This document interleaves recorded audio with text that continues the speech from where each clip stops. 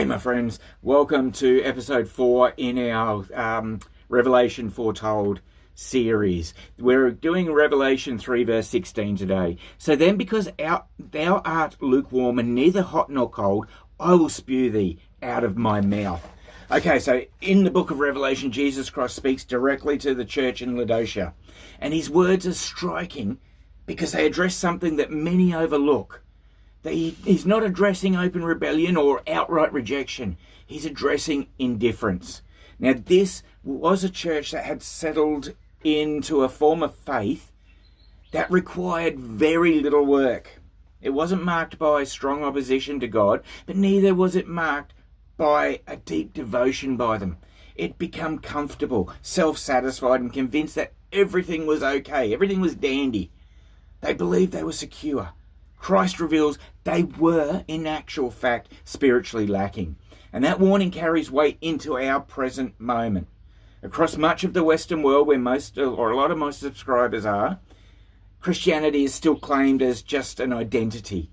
The churches do exist, the services do continue, and the language of faith remains familiar, yet at the same time the moral foundations taught in these scriptures, they're being set aside.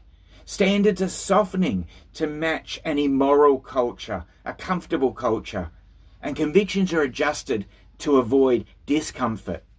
Now, it creates a form of religion that is present outwardly, but inwardly so weak.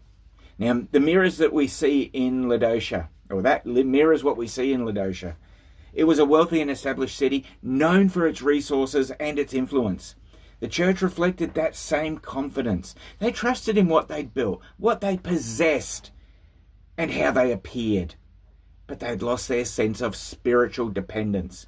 Now, Christ's warning is direct because the condition is a dangerous one. Indifference does not feel urgent. It does not alarm the conscience like it should.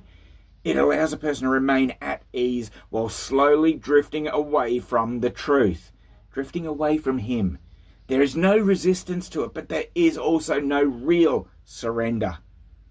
And Christ makes it clear that this middle ground is just not acceptable. Faith was never meant to be a passive identity. It was meant to shape how we live as Christians, what we value and where we stand. When conviction disappears, faith becomes hollow.